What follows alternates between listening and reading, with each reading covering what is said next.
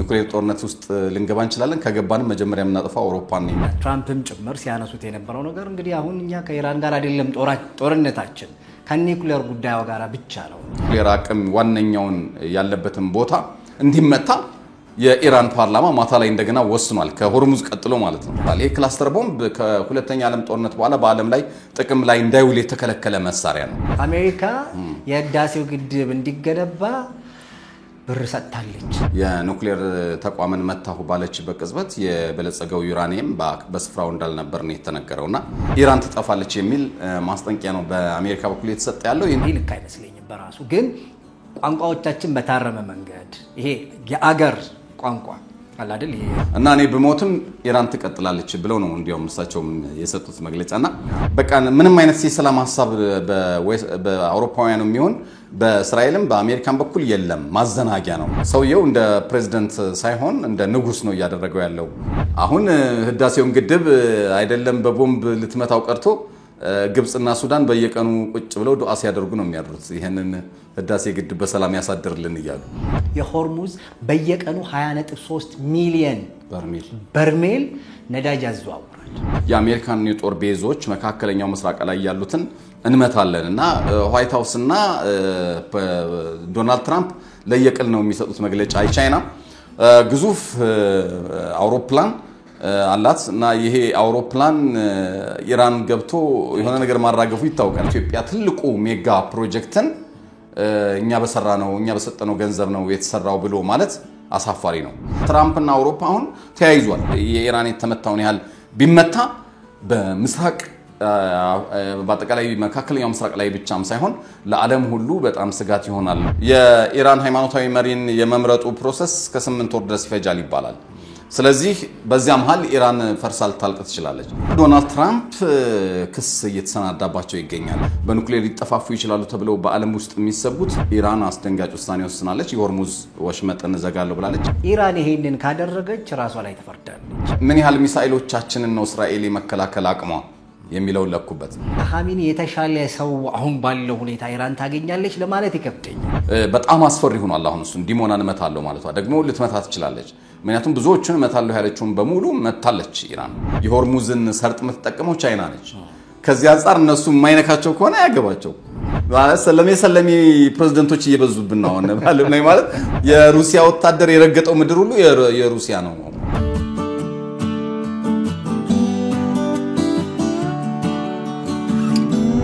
ሰላም ጤና ይስጥልን የተወደዳችሁ ያለይታ ቤተሰቦች እንዴት አላችሁ በእስራኤልና በኢራን የነበረው ጦርነት አሜሪካን በግልጽ ገብታበት በተለይ በትናንትናው ዕለት የተደረገው የፎርዶ የኒኩሌር ማብለያ ጣቢያው ላይ የተደረገው ከፍተኛ የሆነ ውድመት ወይም ደግሞ ጦርነት ልንለው እንችላለን በርግጥ እሷ ብቻ ነች ያረገችው ዓለም ላይ ሌላ ታሪክ ደግሞ አምጥቷል ሌላ የፖለቲካ አዲስ ምዕራፍ የተጀመረ ይመስላል እና ከፍተኛ ጦርነቶች ሊባባሱ ይችላሉ ከዛ ባሻገር ደግሞ በኢራን በኩልም ያሉ ምላሾች አሉ እነሱንና አዳዲስ ነገሮችን ይዘን እንደተለመደው ከብሬ ጋር ነን ያለነው አብራችሁ እንድትቆዩ በአክብሮት እንጋብዛለን ብሬ እንዴት አለ እንዴት ነህ ትናንትና በጣም ከባድ ነገር ተከስቷል ነገሮች እንግዲህ ከታሰበው ፍጥነት በላይ በመሄድ ላይ ይገኛሉ በተለይ የአሜሪካ እነዚህ ቢ52 ቦምብ ጣይ አውሮፕላኖች ወደ 37 ሰዓት ተጉዘው ነው እንግዲህ የንን ጥቃት የሰነዘሩ ቀጥታ ከአሜሪካ ተነስተው ነው የታሰበው ወይም ይሆናል ተብሎ የነበረው ቢያንስ ሳውዲ ካለው የአሜሪካ የጦር ቤዝ ወይም ለዛ አካባቢ ካሉት ነበር ነገር ግን ቀጥታ ከአሜሪካ ተነስተው ነው 37 ሰዓት ማለት እንግዲህ ከአንድ ቀን በላይ በጣም ምን አይነት ጠንካራ አውሮፕላንና ጠንካራ ፓይለቶች እንደሆኑ ያሳያልና አየር ላይ ነዳጅ የተሞላ ምናምን ነው አጥቅተው ሁሉም በሰላም ስለመመለሳቸው ነው የተነገረውና እንግዲህ ከሁለተኛ ዓለም ጦርነት በኋላ ይህን የሚያክል ወደ 13000 ኪሎ ግራም የሚመዘን ግዙፍ ቦምብ ሲጣል ይህ ምናልባት የኢራን ምድር የመጀመሪያው ይሆናል በርግጥ ከዚህ አሁን ቦምብ በፊት እዚህ ምሽግ ደርማሽ የሚባለውን እንትን አፍጋኒስታን ላይ የቶራ ተራራዎችን በአልቃይዳ ለመደምሰስ በነበረው ትግል ውስጥ የተወሰኑ 1-3 ቦምቦች ግዙፍ ቦምቦች የተጣሉበት ጊዜ ነበር የአልቃይዳ አመራሮችን ለመግደል ግን በዚህ ደረጃ አልነበረም ይሄኛው ወደ 60 ሜትር ባንዴ ሲጣል ይገባል ወደ መሬት ውስጥ ሁለተኛው ቦምብ ሲጣል ደጋግሞ በመጣል ነው እንግዲህ እስከ 100 ሜትር ድረስ እንደርሳለን ብለው ያሰቡት እና ምንድነው ውጤቱ ምናምን ከዚያ በኋላስ ምን ተፈጠረ የሚለውን እናነሳለን እንደሚታወቀው ኢራን አስደንጋጭ ውሳኔ ወስናለች የሆርሙዝ ወሽመጥን ዘጋለው ብላለች ይሄ እንግዲህ የዓለማችን 20% የነዳጅ እንቅስቃሴ የሚደረግበት ነው የነዳጅ ብቻ ሳይሆን የንግድ እንቅስቃሴም የሚደረግበት ነው ይሄ በቀጥታ እኛንም ጭምር ይነካል ኢትዮጵያን ጭምር እና የነዳጅ ዋጋ በጣም ሊነካ ይችላል ይሄ በጣም አስደንግጧታል አሜሪካን በርግጥ በዚህ የሆርሙዝ ወሽመጥ ላይ አሜሪካ እንደሚባለው ወደ 10% ነው የምትጠቀምበት ነው የሚባለው ግን ይሄው የዓለም ጉልቤ ነኝ የዓለም ፖሊስ ነኝ ምናምን የሚለው ነገር አለ አይደል ዛሬ ኢራን ይህን ስትዘጋ ዝም ካል ነገ ደግሞ በዚያኛው በኩል እንደሚታወቀው በእስራኤል ብዙ ወደብ አለ የምትጠቀምባቸው እነሱን ላይ መዝጋት ቀይ ባህርን የሚበለጠ የማወክ በሃውቲ በኩል ሌሎችም ነገሮች ስለሚኖሩ አጠቃላይ ዓለም አቀፋዊ ጫናው ለኢራን ስለሚጨምር በፍጥነት ቻይና እንድታስቆማት እየጠየቀች ነው ይህ ካልሆነ ግን ወደ ሙሉ ጦርነትና ኢራን ትጠፋለች የሚል ማስጠንቀቂያ ነው በአሜሪካ በኩል የተሰጠ ያለው ይህን ተከትሎ ከዚህ ከኑክሌር ቅጥቀጣው ተከትሎ ነው እንግዲህ ኢራን ይሄን የወሰነችው ዲሞና የሚባል እዛ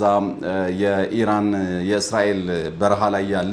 አንዳንዶች እንግዲህ ከዚህ በፊት ሲነገር የነበረው 100 ነው 220 ነው 400 ነው ይሄ ዲሞና የሚባለው የኑክሌር ተቋምን እሱንም እንዲመታ ወስናለች ኢራን ከሆርሙዝ ባሻገር ማለት ነው እና እነዚህ ነገሮች የበለጠ ነገሮችን ያግማሉ እንግዲህ አሁን ተቀድም አንተ ጋር ከመግባታችን በፊትም ስናወራ ነበር የኢራን የኑክሌር ተቋምን መታሁ ባለችበት ቅጽበት የበለጸገው ዩራኒየም በስፍራው እንዳልነበር ነው የተነገረውና አንዳንዶች ዓለመኖሩን ታውቅ ነበር አሜሪካና ያው ይሄ ካፈርኩ አይመልሰኝ አይነት በቃ ለምን ካልኩኝማ ልበለው አይነት ነገር ነው የሚመስለው በሚታይ ጊዜ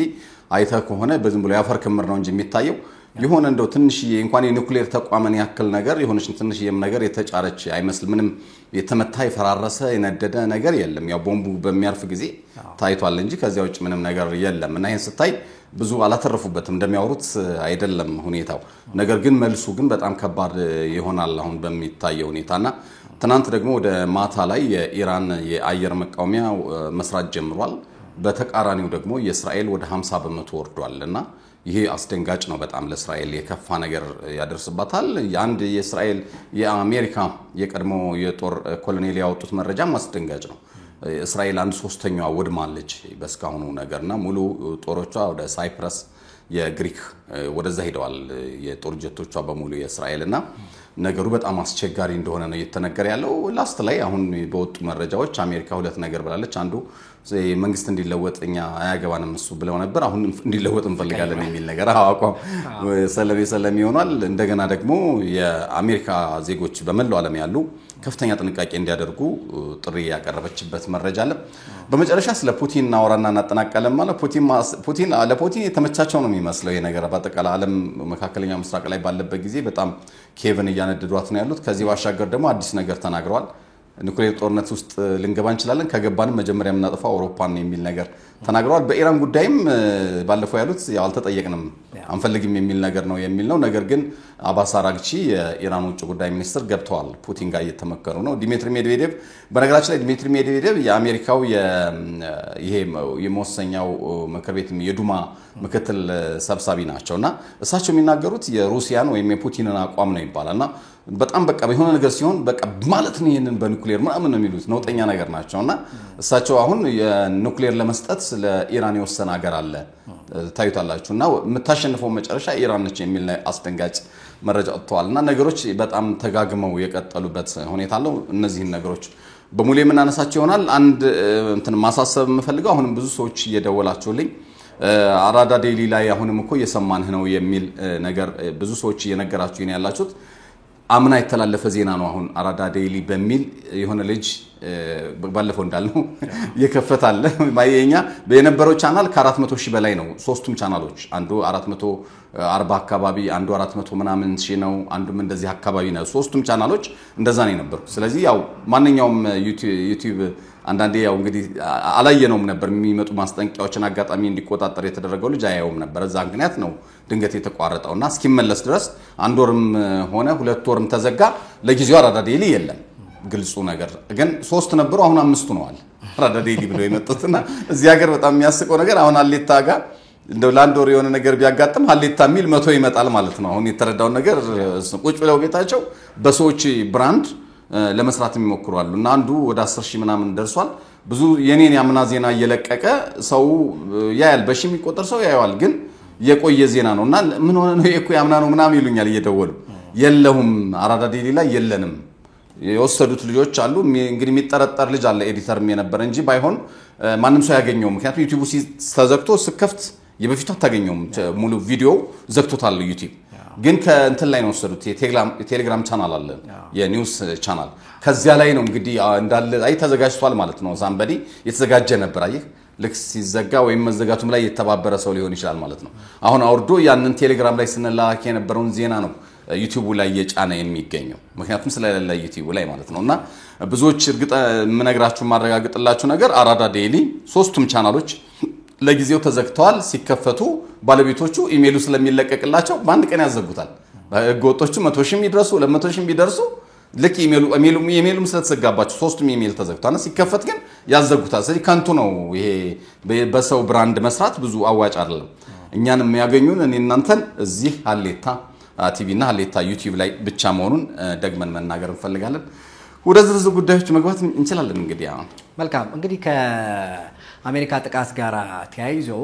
ሲነሳ የነበረው ነገር ምክትል ፕሬዚዳንቱም ጭምር እና ትራምፕም ጭምር ሲያነሱት የነበረው ነገር እንግዲህ አሁን እኛ ከኢራን ጋር አይደለም ጦርነታችን ከኒኩሌር ጉዳዩ ጋር ብቻ ነው። ኢቭን ስትደበድብ አሜሪካ ኢራንን የፎርዶን እና ሌላኛውን የናታንዝን ጭምር ቦታዎች ብቻ ነው እንጂ የመታችሁ ከዛ ባሻገር ያሉ ሌሎች የጦርነት ጉዳዮች ጋር የተያያዙ ነገሮች ምንም አልነካንም። ምክንያቱም የኛ ጉዳይ የኒኩሌር ጉዳይ ሽንታዬ ከሚለው ጉዳይ ጋር ብቻ የተያያዘ ስለሆነ ነው የሚል ሐሳብ አንስተዋል። ይሄንም ተከትሎ እንግዲህ ኢራን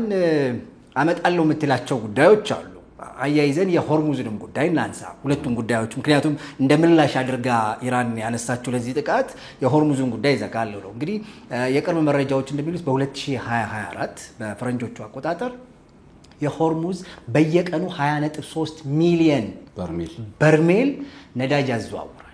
በጣም በአመት ደግሞ እስከ 200 ቢሊዮን ዶላር በጣም ብዙ ነው እና ነገሩ አውሮፓ ደግሞ ያለው በሱ ነው እየተባለ ያለው እና በኦማንና በኢራን መካከል ወደ 50 ኪሎ ሜትር ገደማ ያለ ሰርጥ ነው እና በጣም ትልቅ ነው። 40 ሜትር ቢሆንም ስፋቱ ግን የሚያሸጋግራቸው ነገሮች ለአገራቱ ግዙፍ በአለም ላይ ያሉ ግዙፍ መርከቦች በተለይ ደግሞ የነዳጅ መርከቦች የሚንቀሳቀሱበት የንግድ ነው። በአብዛኛው የንግድ መርከቦች የሚንቀሳቀሱበት ነው። በጣም ወደታች እንትን ያለ ነው። ርቀቱ በጣም ከፍተኛ የሚባል ምቹ ነው። እነዚህ ለከባድ መርከቦች ምቹ የሚባል ሰርጥ ነው። እንግዲህ በምላሹ እሱ ነው። አሜሪካ ይሄንን ጥቃት ካደረሰችብኝ እንግዲህ ምክር ቤታቸው ወስኗል እንዲዘጋ። የመጨረሻውን ማጽደቅ ነው የሚፈልገው። አሊ ካሚኒ ካጸደቁት ጥያቄ የለውም። በሳቸው ትእዛዝ እኮ ነው አሜሪካ ማነው ኢራን ውስጥ እኮ የሚወጣውም ህግ የሚጸድቀውም የሚፈጸመውም በሃሚኒ ትእዛዝ ነው። ዝም ብሎ ሲምቦል ነው። አሁን ምክር ቤት ምናምን የተባለው ሲምቦል አሉ ለማለት ነው እንጂ ሃሚኒ ይሄንን ከወሰኑ ጉዳዩ በቃ ሊዘጋ ይችላል ተብሎ እንግዲህ አንደኛው በትልቁ እሱ ነው። እሱን ተከትሎ የአሜሪካ ምክትል ፕሬዚዳንት ጄዲ ያሉት ነገር ምንድነው? ኢራን ይሄንን ካደረገች ራሷ ላይ ትፈርዳለች፣ ከፍተኛ የሆነ ጥፋት ነው የሚገጥማት ብለዋልና እሱን እናንሳ። እንግዲህ ያው ትጠፋለች፣ ኢራን ትጠፋለች፣ ትወድማለች፣ ከፍተኛ መዘዝ ይከተላል የሚሉት ዛቻዎች በእስራኤልም ይሁን በአሜሪካ በኩል በተደጋጋሚ ኢራን ላይ የሚሰነዘሩ እንትኖች ናቸው። ኢራንን ባጸፋው እስራኤልንም አጠፋለሁ አሜሪካም ላይ በፍጹም የማይጠበቁና በጣም አደገኛ እርምጃዎችን እንወስዳለን። አሜሪካ ብትቀላቀል ቀጠናው በሙሉ ተያይዞ ወደ ከፋ ጦርነት ይገባል እና መካከለኛው ምስራቅ ውስጥ ያሉ ነገሮች በቃ ይንቦራጨቃል እና ከድጡ ወደ ማጡ ይገባል የሚሉ መግለጫዎች ሲሰጡ ነበር። እና እንግዲህ አንዱ ነገር ሲጠበቅ የነበረው ነገር እሺ አሜሪካ አልፋስ ባለፈው እኛ ስናነሳ ሁሉም ነገር ዝግጁ ይሆነ ነው ያለው በእኛ እምነት እሳቸው ይሄንን ቢሉም በሁለት ሳምንት ውስጥ ዶናልድ ትራምፕ የዚህ ጦርነቱን ይቀላቀላሉ አይቀላቀሉም የሚል ነገር እሳቸው ይሄ ዋይት ሃውስ ቀላቀባዩ እንደዛ ብለዋል። ነገር ግን እሳቸው ደግሞ ልቀቁ እጅ ስጡ ብለው የዛቱ ነው ያሉት። ድሉም የኛ ነው ብለው ነው ያሉት። ኦሬዲ ተቀላቅለዋል ብለን ነበር የነበረው እንጂ ምንም ለመቀላቀል ይወስናሉ የሚባል ነገር የለምና ሰለሜ ነው አንዱ ማዘናጊያ ነው ሁለተኛው ደግሞ ዋይት ሃውስ እና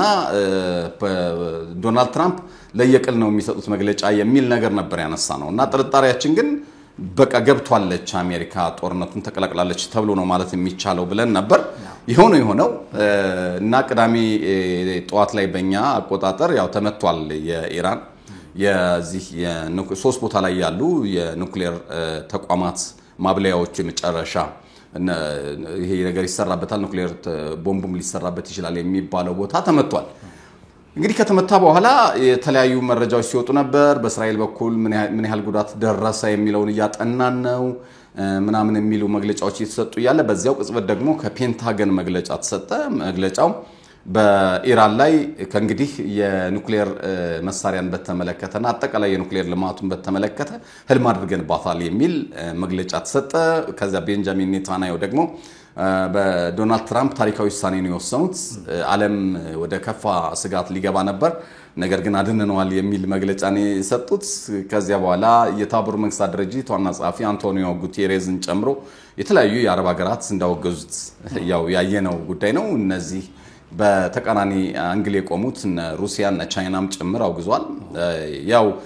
ፓኪስታን በሁሉም ነገር ከዚህ በኋላ ከኢራን ጋር ነኝ የሚል መግለጫ ነው ወዲያው ያወጣቸው በሩሲያ በኩል ደግሞ ዲሚትሪ ሜድቬዴቭ ቃለ ምልልስ አድርገው ነበርና በፍጹም አሜሪካ ወደ ነገሩን ሁሉ ወደ ባሰ ነገር ውስጥ ከተዋለች በዚህ ጉዳይም ከእንግዲህ የምታሸንፈው ኢራን ነች የሚል መግለጫ ነው በሩሲያ በኩል የተወሰነው ዲሚትሪ ሜድቬዴቭ የሩሲያ የላይኛው ምክር ቤት የዱማ ምክትል ሰብሳቢ ናቸው የሩሲያ የደህንነት ምክር ቤት የሚባለው የደህንነት ምክር ቤቱ ትልልቅ ጦርነቶችና ትልልቅ ውሳኔዎች በሚወሰኑ ጊዜ የሩሲያ ህልውና ተነክቷል ተብሎ ሲታሰብ ህልውና ተነካ ሲባል የሚወስን ምክር ቤት ነው የዛ ምክትል ሰብሳቢ ናቸው እና ወሳኝ ሰው ናቸው እሳቸው የሚናገሩት የፑቲንን ቃል ነው የሩሲያን ቃል ነው በቻይናም በኩል ተመሳሳይ ሐሳብ ነው የተሰጠውና ነገሮች አሰላለፎችም ምኖችም እየታዩና ግልጽ የሆኑ የመጡበት ሁኔታ ነው ያለው በአብዛኛው እንግዲህ ከአውሮፓ የተወሰኑ ሀገራት ውጪ የአሜሪካን እርምጃ ብዙዎች የተቃወሙበት ሁኔታ ነው ያለው በእስራኤል በኩል ያው ድጋፉ በቤንጃሚን ኔታንያሁ በኩል ቅድም እንዳልነው ሆኖ ማለት ነው እንግዲህ ይህን ነገር ብታደርግ አሜሪካ ነገሮች ወዳልሆነ አቅጣጫ ይሄዳሉ እኛም የአሜሪካን የጦር ቤዞች መካከለኛው ምስራቅ ላይ ያሉትን እንመታለንና 1700 ኪሎ ሜትር አቋርጠን እስራኤልን ከመደብደብ ይልቅ በዛ ሁሉ የአየር መከላከያና ምናምን ውስጥ ምክንያቱም አሁን እስራኤል ከደረሰ በኋላ ብቻ ሳይሆን ገና ወደ እስራኤል ሲሄዱም ጭምር ነው ሚሳኤሎቹ በየቦታው እንዲከሽፉ የሚደረገው ጆርዳን አየር ላይ ይመታሉ ሳውዲ አየር ላይ ይመታሉ ከዚህ አልፈው ሲሄዱ እንትን ራሱ እስራኤል አየር ክልል ውስጥ ከገቡ በኋላ ደግሞ እንደዚህ እየተመቱ ይወድቃሉ እንዲህ ነው እና በአንድ ጊዜ እንጂ ሁሉም እስራኤል ምድር ላይ ከገቡ በኋላ አይደለም የሚከሽፉት ከዚህ አንፃር ለኢራን ማጥቃት በጣም ሊቀላት የሚችለው ወይ ሳውዲ ላይ ወይ ጆርዳን ላይ ያሉ የአሜሪካ የጦር ቤዞች ላይ ብትመታ በቅርብ ርቀት ስለሆነ ያሉት ቀጥታ ነው የምትመታው እና ይሄ ለኛ በጣም ጨዋታ ነው የሚሆነው እንዲያውም የሚል ነገር ነው ኢራን የሰጠችው እና በሰዓት ነው የምትጨዋተው እንደዛ ብታረግ ብላ ነበር አደረገች እንግዲህ የኛም ጥርጣሬ እንደው ምን ያደርጋሉ ብለ ታስባለህ ወይ ብዬ እኔ ያደርጋሉ ብዬ ነው ብለህ ነበር ባልፈውና እንደ ጥርጥር ነው የሆነውና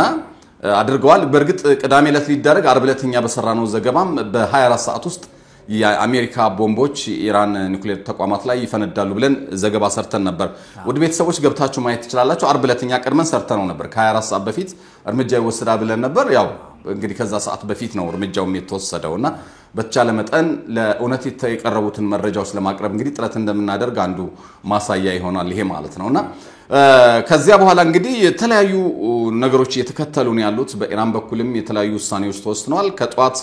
ይሄ ነገር በኢራን ላይ ከተወሰነ በኋላ ከሰዓት በኋላ የኢራን ምክር ቤት በጣም ሌላ አስደንጋጭ ውሳኔ ወሰነ የሆርሙዝ ሰርጥን ይዘጋ የሚል ውሳኔ አሳልፏል ይሄ ውሳኔ ሲወሰን እንግዲህ ቀደም ሲል እንዳነሳነው ከ20 ሚሊዮን በርሜል በላይ ነዳጅ በየቀኑ ድፍድፍ ነዳጅ የሚመላለስበት ነው ከነዳጅ ባሻገር የተለያዩ የንግድ መርከቦችም ይመላለሱበታል ዋነኛው ግን የነዳጅ ነው ተብሎ ስለሚታሰብ ነው እንግዲህ 20% ሲባል ቀላል እንዳያደርጉት ውድ ቤተሰቦች ነዳጅን ነው 20% እንጂ ሌሎች የንግድ ግዙፍ መርከቦችም ይመላለሱበታል ሌሎች ነገሮች አጠቃላይ ስለዚህ ወሳኝ የንግድ ቀጠና ነው የሆርሙዝ ሰርጥ በጣም ለግዙፍ ለሚባሉ የመርከቦች እንትኑ ቦታው ተመራጭ ነው ይባላል የሆርሙዝ ሰርጥና ወደ 50 ኪሎ ሜትር ገደማ ነው ስፋቱ ግን በጣም ወሳኝና ስትራቴጂክ የሆነ ቦታ በጣም በመርከቦች እንቅስቃሴ የታጨቀ ስለመሆኑ ይነገራል በአመትም ከ200 ቢሊዮን ዶላር በላይ እንቅስቃሴ የሚደረግበት አካባቢ ነው እና ይሄን ነገር ከዚህ በፊትም ቢሆን ኢራን አንድ ጊዜ በባህረ ሰላጤው ጦርነት ጊዜም ለጥቂት ጊዜ ነው ብቻ ዘግታው ነበርና ያኔም በጣም ከፍተኛ ዋራ ነበር ያስነሳው በመላው ዓለም የነዳጅ ዋጋ ጨምሮ ነበርና አሁንም ቢሆን ቢዘጋ አሜሪካ ጦርነት ከፍታ ከአውሮፓ ጋር ሆና ልታስከፍት ትችላለች የሚል ኢቭን ከእስራኤል ጋር ባይዋጉ እንኳን ኢራን ከአሜሪካ ጋር ባላት ችግር እርምጃ ብትወስድበት ብዘጋ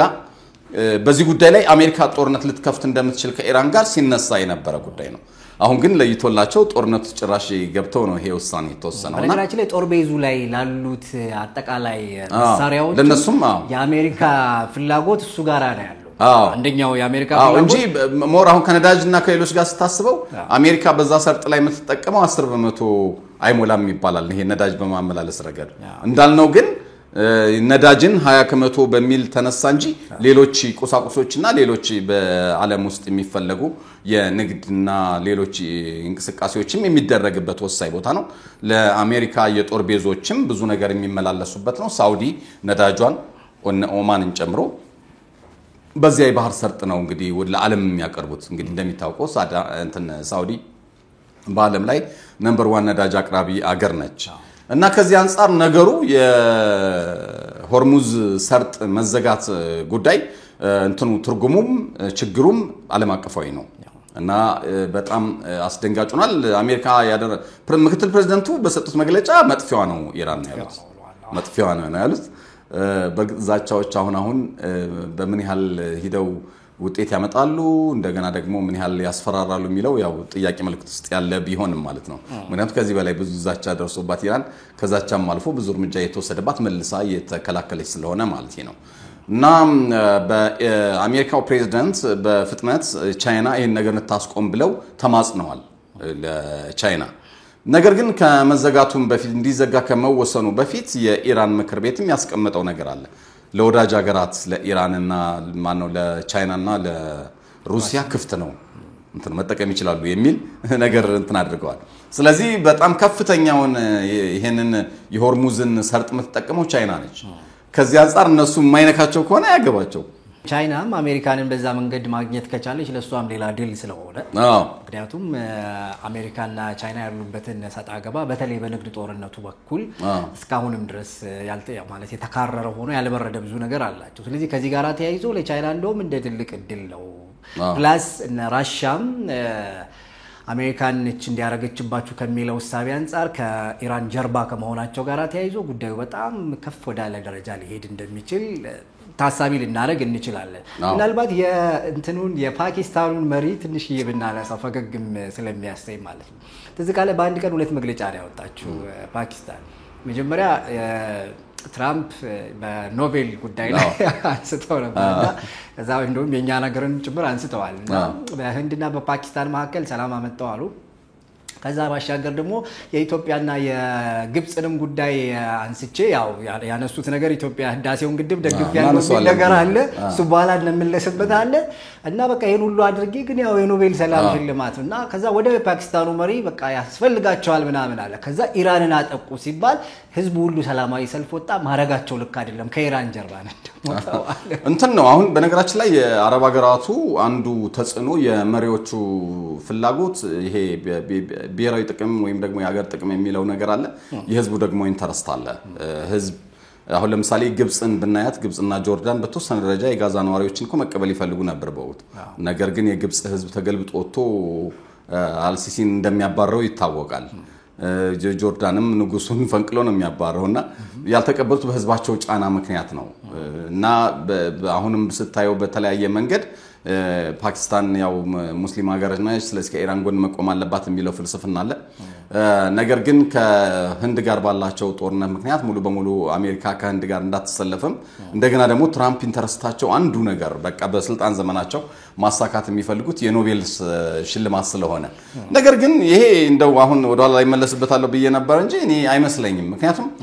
ያማሊህ አውሮፓውያን ሲፈልጉ ነው ኖቤል አንተ ባመጣው ለውጥ ምናምን እሱ አስደስቷቸው እውነት ምናምን አይደለም ያው ጆካም ነው አንዳንዱ ለነሱ ጥቅም ስትቆም የኖቤል ተሸላሚ ትሆናለህ እንጂ አሁን ሲኖፓትራ የምትባለው ያቺ የፊሊፒንስ ናች አይደል ያቺ ሴትዮ ጠቅላይ ሚኒስትር የነበረችው ኖቤል በተሸለመች በሆነ ጊዜ እኮ ነው መታ ህዝቧን ስትጨፈጭፍ የነበረውና በየቦታው ኖቤል የተሸለመ ሰው ወይም ደግሞ ምክንያቱ ምኑ ብዙ ነገር ከጀርባ የሚነሱ ነገሮች አሉ የነሱ ኢንተረስት የነሱን ዓላማ ስታስፈጽም ነውና ከዚህ አንፃር ትራምፕና አውሮፓ አሁን ተያይዟል በጣም ተያይዘዋል በዩክሬን ምክንያት ማለት ነው ኖርዌይ ነች ደግሞ የኖቤል ሽልማት የምትሸልመው አውሮፓውያን ናቸው እንግዲህ የዚህ እንትኖችና ተቆራርፈዋል አሁን ባለው ሁኔታ በጣም ችግር ውስጥ ናቸው ትራምፕ እና ለትራምፕ በዚህ ሁኔታ ውስጥ ያሉ ኖቤል ይሸልማሉ ብሎ ማሰብ የዋህነት ነው የሚሆነው እንደገና ደግሞ ሰላም አመጡ ቢባል አንደኛ የቱን ያህል ሰላም መጣ አሁንም ተፋጠዋል እኮ ፓኪስታንና ህንድ እኮ የቀኑ ድሮን እየመቱ ይጥላሉ ምናምን እንደተፋጠጡ ነው የሚገኙት የሆነ ቀላል ሊፈነዳ የሚችል ከእስራኤልና ከኢራን በላይ በጣም ከፍተኛ ጥላቻ በመካከላቸው ያለውና አንድ ቀን በኑክሌር ሊጠፋፉ ይችላሉ ተብለው በአለም ውስጥ የሚሰጉት ፓኪስታንና ህንድ ናቸው ስለዚህ ሰላም መጥቷል ብለህ የምትለው ሁሌም በተጠንቀቅ ውስጥ ያለ እንዲያውም እኮ በነገራችን ላይ እኔ ሰለሜ ፕሬዝዳንቶች እየበዙብን ነው ማለት ከትራምፕ ባሻገር የምናነሳው ኤርዶጋንን ነበራል ኤርዶጋን ጃስ ማለት ምናምን ይወዳል አለ የሙስሊም ሀገራት ጠበቃ ምናምን ራሱን አድርጎ ለማሳሰብ ምናምን ግን የለም በቃ ዝም ብሎ ያው የሆነ ነገር ይላል በተግባር ግን የለም እኔ አሁን ቡፋ እየመሰለ እየታየኝ ነው ምክንያቱም ምንም አሁን ወደ ሊባኖስ ቢገባት የእስራኤል ጦር ወዮለት እኛ ጦራችን ሊቢያ ገብቷል ኢራቅ ገብቷል እንገባለን እዛ ምናምን ብለው ነበር እኔ ባለፈውም ሳነሳው እንደ እስራኤል እኮ ሊቢያ አይደለችም ኢራቅ አይደለችም ከባድ ሀገር ነች ምናምን እያልኩ ነበርና ቡፋ ነው ምናምን ብዬ ነበር ምንም ኮሻለ ነገር ያው እንደተለመደው የስድብ መግለጫ ምናምን ከማውጣት ያለፈ ማለት ነው እንዲያውም ፍርሃታቸውን ነው የገለጹት ከዚህ ብትነካ ቱርክ ብትነካ የብረስት መሰላላለን የብረት መከላከያ አለ ምናምን የሚል ነገር ነው እንግዲህ ባየር መቃወም ያረጋድ እውነት ለመናገር በአለም ላይ እስራኤል እና ሩሲያ ናቸው በጣም ቀዳሚ የሚባሉት የእስራኤል የሩሲያ እንዳልነው እነዚህ S300 S400 S500 የሚባሉ እነዚህ የአየር መከላከያዎች በጣም በአለም ላይ ብዙ ሀገራት የኛን ሀገር ጨምሮ የታጠቁት ነው ከድሮ ጀምሮ የነበሩ የአየር መቃወሚያዎችን በመታጠቅ ረገድ ሶቪየት ቀዳሚ ነች ኢቭን ከአሜሪካ ራሱ ታድ ብቻ ነው ያላት ታድ ራሱ ቁጥሩ 7 ነው የሚባለው አሁን ለእስራኤል ሁለቱን በተውሶ ነው የሰጠችው ለዚያው እና ከዚያው ውጭ ግን አይረንዶም እና ሌሎቹ በአለም ላይ በጣም አስተማማኝ ተብለው ከ90% በላይ የነበሩ ናቸው እንጂ የቱርክ የመከላከያ የአየር መከላከያ ሲስተም በሩሲያ ላይ ተጽዕኖ ያለው ነው እና ይሄን ያህል እንደው የሚያመጻድቅ ምናምንም አልመሰለኝም ወይም ደግሞ አይደለምና እሱ ፈርዘር በደንብ መረጃውን ይዘን ሌላ ጊዜ የምንመጣው እንዳለ ሆኖ ማለት ነው እና ከእሳቸው ሲገርም የፓኪስታኑ ሰውዬ ደግሞ በጣም ያሳቁን ያሉት እና እኔ ነኝ በፓኪስታንና በህንድ መካከል ሰላም እንዲመጣ ያደረኩት ብለው እሳቸው ሲናገሩ ዶናልድ ትራምፕ አንዴ አረ ምን ፈጠሩ እርሶ እባካችሁ አቁሙ የሚል ቃል ብቻ ነው የተናገሩት እኛ ያቆም ነው ግን ሁለታችንም ኑክሌር ታጣቂ ስለሆነ ነው ያሉት እንደምታውቀው ፓኪስታን ወደ 170 ህንድ ደግሞ ወደ 172 የኑክሌር አረር አላቸው ተብሎ ነው የሚታሰበው እኩል ናቸው እና ሁለቱም ያቆም ነው ያው እዛም ቤተሰብ አለ በሚለው መርህ መሰረት ነው የሚል ነገር ነው የተናገረው እንጂ ትራምፕ የፈጠረው ነገር የለም ብለው ነበር አሁን ደግሞ ትራምፕ መሸለም አለበት እንደገና ደግሞ ትራምፕ ጣልቃ የገባበት መንገድ ልክ አይደለም የሚል የፓኪስታን ግራ የገባው መግለጫ በሆኑ ቀናት ልዩነት በአንድ ቀን በሁለት ቀን ልዩነት ወደ 3-4 ጊዜ የተዘበራረቀ መግለጫ ከፓኪስታን በኩልም ተሰጥቷል ይሄ በራሱ ትንሽ አስቸጋሪ ነው የሚሆነው ለማንኛውም ያው ኢራን በመደገፍና አሜሪካን በመቃወም አንዷ የቆመችው ፓኪስታን ነች ቀደም ሲል እንዳልነው ሩሲያ ደግሞ የዲሚትሪ ሜድቬዴቭ ቀደም ሲል ያልነው የኑክሌር መሳሪያ ለኢራን ለመስጠት የወሰነ ሀገር አለ ተብሏል አሁን የአባስ አራግቺ የኢራኑ የውጭ ጉዳይ ሚኒስትር ቭላዲሚር ፑቲን ጋር ሊመክሩ ሩሲያ ናቸው ባለፈው እንግዲህ ተናግረናል ሐሙስ ዕለት ባቀረብነው ፕሮግራም ፑቲን አንድ ነገር ብለው ነበር እንዴት ነው እናንተ ተተባበራላችሁ እንዴ ከኢራን ጋር ተብለው ሲጠየቁ ጠይቀን ነበር እኛ ምን እገዛ ትፈልጋላችሁ ወይ ብለን ነበር አይ ምንም አይነት እገዛ አንፈልግም ብለውናል ኢራኖች የሚል ነገር ነበር ቭላዲሚር ፑቲን የተናገሩት ስለዚህ እኛ አሙስለት ሳንታናኔ ስናወራ እሺ አሁን እንደዛ ብለዋል በቀጣዮቹ ቀናት አሁን ድጋፍ ፈልጋለሁ ብትልስ ኢራን ብለን ነበር እና ምናልባት እንግዲህ አባስ አራግቺ የኢራኑ ውጭ ጉዳይ ሚኒስተር ወደ ፑቲን ሀገር ሄደዋል እንግዲህ አሁን ያስፈልገናል ብለው ካሉ ምን ይወሰናል የሚለውን የምናየው ይሆናል ማለት ነው ነገር ግን በየትኛው መንገድ ከኢራን ጎን ነን የሚለው ነገር አለ እንደገና ደግሞ ሜድቬዴቭ መጨረሻ አሸናፊዋ ኢራን ነች የሚል አስደንጋጭም መግለጫ አያይዘው የሰጡበት ሁኔታ ነው ያለው በነገራችን ላይ እዚሁ ላይ የቻይናን እናንሳው የቻይና ግዙፍ አውሮፕላን አላት እና ይሄ አውሮፕላን ኢራን ገብቶ የሆነ ነገር ማራገፉ ይታወቃል ምን እንደሚለው አልታወቀም ማለት ሲገባ ልክ ወደ ኢራን የአየር ክልል ሲገባ እንትን ራዳር ራሱ እንትኑም ሲስተሙም አለው ራዳር ያጠፋል አሉ ልክ እንትና ያደርግ ነበር እንደዚህ ጋዳፊ ትዝላችሁ ከሆነ ኢትዮጵያ ሊጎበኝ ሲመጣ ቦሌ ከነ መኪኖቹ ምናምን ነበር የሚመጣው መቼም ይወዳል ጋዳፊ ምናምን ጭርሲ ላይ አይወድም እና ከዚያ ሲመጣ 30 40 መኪና ነው ይዞ የሚመጣው እነዚህ ጥይት የማይበሳቸውን ጋርዶቹ በመቶ የሚቆጠሩ ይዞ አፍሪካ ህብረት ካልገባው ምናምን ብዙ ነገር ፈጥሮ ነበርና ጋዳፊ በዚህ በሚያልፍ ጊዜ ኔትወርክ ይጠፋል በሙሉ አሁን የኛም መሪዎች ሲያልፉ እንደዛ አይነት ነገር ይደረጋል አሁን ልክ መሪ ሲያልፍ አስፈላጊ ሲሆን እንትን ያደርጉታል እንዲታወክ ይሆናል ኢንተርኔቱ የሆነ ቆራረጣል የሆነ ነገር እንዳይሰራም ይሄ እንግዲህ መሪዎችን ለመጠበቅ የሚደረጉ ነገሮች ናቸውና ያን እንደዛ ያደርጉ ነበር ጋር እና በተመሳሳይ ቻይና የዛሬ አመት ገደማ የሆነ የሩሲያ ደጋፊ ሀገር ሃንጋሪ ገብታ ነበር እና ያለ ኔቶ ፈቃድ ነው የገባችውና ልክ የኔቶ አየር ክልል በመትገባ ጊዜ ኢንተርኔቱን አጥፍተዋለች አውሮፕላኑ ሲገባ አያዩትም እና መሳሪያውን አራግፎ እነሱ ቀርጸው ምን ብለው ምናምን በቃ ቻይና እንደዚህ አይነት ድጋፍ አድርገችልን ተብሎ ከወጣች በኋላ ነው ዜናው የተሰራጨው ማለት ነው በዚህ ደረጃ የሳይንሱን ቻይና እንግዲህ በጦር መሳሪያውም ለህቀት ደረጃ በእንተም ደረጃ እና ኢራንም እና ቻይናም እየበለጡ ይገኛሉ አሁን ከአሜሪካ በላይ እና አሁን በዚህ ጦርነት መሃል ብዙ ነገር በቆመበት ዜጎቻቸውን ራሱ በመከራ በባህር በመናምን እያስወጡ ባለበት ጊዜ ሌሎች ሀገራት የቻይና አውሮፕላን ግን ሲነዛ ወደ እንትና የሚሄድ ነበር የሚመስለው ወደ ጀርመን ምናምን የሚሄድ ነበር የሚመስለውና የጀርመን አየር ክልል ላይ ነው የሚያሳይህ አየር ላይ ከዚያ በኋላ ነው ወደ ካዛኪስታን ኡዝቤኪስታን ምናምን መልሶ ገብቶ ወደ ኤዥያ ማለት ነው ከዚያ በኋላ ግን ጠፋ ኔትወርክ ጠፋና መጨረሻ ኢራን ምድር ላይ ተገኘ ማለት ነው እና የሚያራግፈውን አራግፎ ተመልሶ ወጥቶ ሄዷል ስለዚህ ከዚህ በፊት በነበረው አሁን እንዳልኩ ለምሳሌ እንትን ሃንጋሪ እና እነዚህና ቡልጋሪያ ምናምን እየገባች ስትወጣና ስታራግፍ እነዚህ ሀገራት ጦርነት ውስጥ አልገቡም